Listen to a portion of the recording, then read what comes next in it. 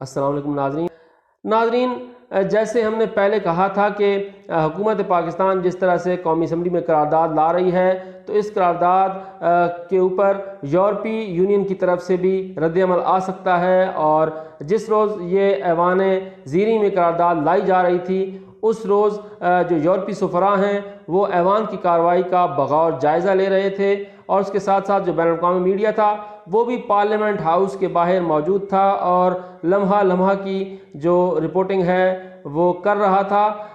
اس حوالے سے جو یورپی سفراء ہیں انہوں نے اپنی تمام تجاویز مرتب کر کے اپنے ممالک کو ارسال کی تھیں۔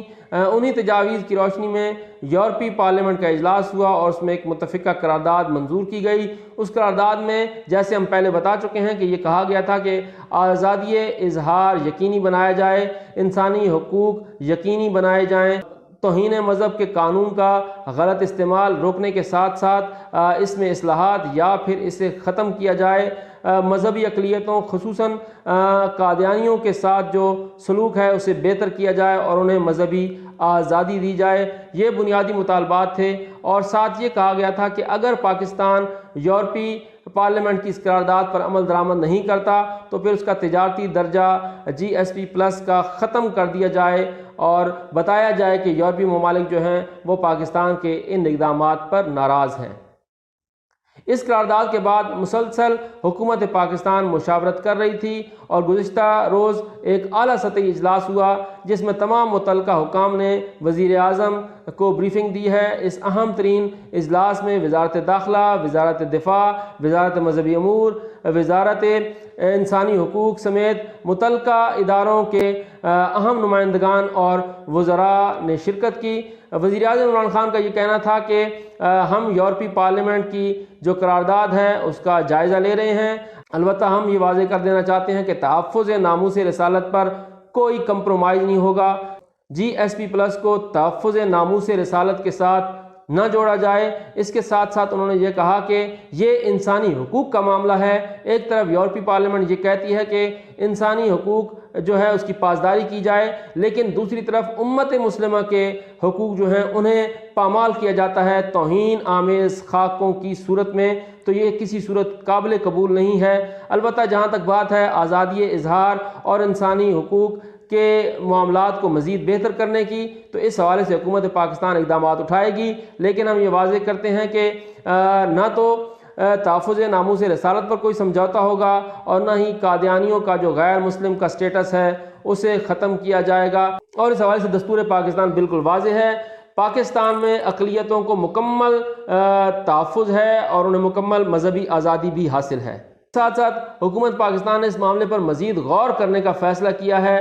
ناظرین، اندر کی بات یہ ہے کہ تحریک لبیک پاکستان کے ساتھ جس طرح سے عجلت میں معاہدہ کیا گیا اور بڑی غلطی کی گئی، اب حکومت پاکستان اس طرح کی غلطی مزید دہرائے گی نہیں بلکہ اس کی اصلاح کرے۔ بازی میں تحریک لبیک پاکستان کے ساتھ معاہدہ کیا اور جلد بازی میں قرارداد قومی اسمبلی میں لائی گئی۔ اگر قومی اسمبلی میں قرارداد اپوزیشن کے ساتھ مشاورت کے بعد لائی جاتی تو شاید صورتحال کافی حد تک بہتر۔ نے قرارداد مشاورت سے نہیں لائی تھی، جس کا جو ہے سب سے زیادہ نقصان بھی حکومت کو ہوا، کیونکہ جب اپوزیشن نے اس معاملے کو اٹھایا تو اس کے بعد حکومتی ارکان بھی اپنی نشستوں سے کھڑے ہوئے، اور آپ نے خود دیکھا کہ کس طرح سے حکومتی ارکان جو تھے وہ بھی اسپیکر ڈائس کے سامنے موجود تھے اور فرانسیسی سفیر کو نکالنے کا مطالبہ کر رہے تھے۔ یہ تمام صورتحال جو ہے اس کا بغور جائزہ یورپی یونین بھی لے رہی تھی۔ اس کے بعد یہ یقینی تھا کہ یورپی یونین کی طرف سے رد عمل آئے گا۔ اس حوالے سے مختلف سنجیدہ فکر شخصیات پہلے ہی حکومت پاکستان کو متنبہ کر چکی تھیں کہ عجلت کا مظاہرہ نہیں کرنا چاہیے، ورنہ اگر آپ ایک سفیر نکالتے ہیں تو اس کے مقابلے میں پھر پاکستان کے 27 سفراء جو ہیں یورپی یونین کے وہ نکالے جا سکتے ہیں، اور پاکستان کا GSP+ کا جو درجہ ہے وہ بھی خطرے میں پڑ سکتا ہے، اور جو قرارداد آئی ہے اس کا جو بنیادی متن ہے وہ بھی یہی ہے۔ البتہ حکومت نے اب یہ واضح کیا ہے کہ ہم انسانی حقوق، آزادی اظہار کے معاملات کو مزید بہتر بنائیں گے۔ اس حوالے سے قوانین قومی اسمبلی میں لائے جائیں گے۔ جبری تبدیلی مذہب کا معاملہ جو ہے وہ بھی زیر بحث آیا، اور اس پر بھی یہ فیصلہ کیا گیا ہے کہ جس طرح سے سندھ نے اقدام اٹھایا ہے اسی طرح سے وفاق بھی اقدام اٹھائے گا، اور ان تمام اقدامات کے حوالے سے یورپی ممالک کو آگاہ کر دیا جائے گا۔ اس اجلاس کے بعد وزیر اعظم کی زیر صدارت ایک اور اجلاس ہوا اور وہ اجلاس بنیادی طور پر OIC کے رکن ممالک کے سفراء کے ساتھ ملاقات تھی۔ اسلامی دنیا کے اہم ممالک جن میں ترکی، سعودی عرب، ایران، قطر، کویت، بنگلہ دیش سمیت دیگر جو رکن اسلامی ممالک ہیں ان کے سفراء اور نمائندگان نے وزیر اعظم کے ساتھ کل ملاقات کی۔ وزیر اعظم عمران خان نے کہا کہ ہمیں اس معاملے کو متفقہ طور پر بین الاقوامی سطح پر اٹھانا چاہیے، کیونکہ تحفظ ناموس رسالت کسی ایک ملک کا، کسی ایک ریاست کا معاملہ نہیں بلکہ پوری امت مسلمہ کا مسئلہ ہے۔ اس معاملے پر تمام مسلم ممالک کو متفق ہونا چاہیے اور اپنے مشترکہ دوستوں کے ذریعے بین الاقوامی برادری پر دباؤ بڑھانا چاہیے، اور اس کے سلام کے خلاف جو زہر آلود پروپیگنڈا کیا جاتا ہے اس کی روک تھام کے لیے بھی متفقہ موقف اختیار کیا جائے۔ ہمارے ذرائع کا یہ کہنا ہے کہ اس سلسلے میں وزیر اعظم عمران خان جلد مسلم ممالک کا دورہ کریں گے۔ اسی ہفتے ان کا سعودی عرب کا دورہ ہے، سعودی عرب کے بعد پھر وہ عراق جائیں گے، عراق کے بعد پھر وہ دیگر اسلامی ممالک کا دورہ کریں گے، اور اس کے بعد پھر ان کا جو آخری مرحلہ ہوگا اس حوالے سے وہ مغربی ممالک کا دورہ ہوگا۔ اہم بین الاقوامی شخصیات سے ملاقاتیں کریں گے، انہیں اسلاموفوبیا اور تحفظ ناموس رسالت اور جو توہین آمیز خاکے آزادی اظہار کے نام پر شائع کی جاتے ہیں اس حوالے سے امت مسلمہ کے تحفظات بارے آگاہ کریں گے اور مطالبہ کریں گے کہ اس حوالے سے بین الاقوامی سطح پر قانون سازی ہونی چاہیے تاکہ آزادی اظہار کے نام پر مقدس شخصیات کی توہین کا مرتکب نہ ہو۔ تحریک لبیک پاکستان پر پابندی کا معاملہ ہے۔ اب حکومت پاکستان اس معاملے پر انتہائی سنجیدگی سے غور کر رہی ہے، کیونکہ تحریک لبیک پاکستان پر ابھی تک سیاسی پابندی نہیں ہے لیکن انتظامی پابندی عائد ہو چکی ہے۔ اس انتظامی پابندی کے خلاف تحریک لبیک نے وزارت داخلہ کو نظر ثانی درخواست دائر کر دی اور یہ کہا ہے کہ ہمارا کسی قسم کی دہشت گردی سے کوئی تعلق نہیں ہے۔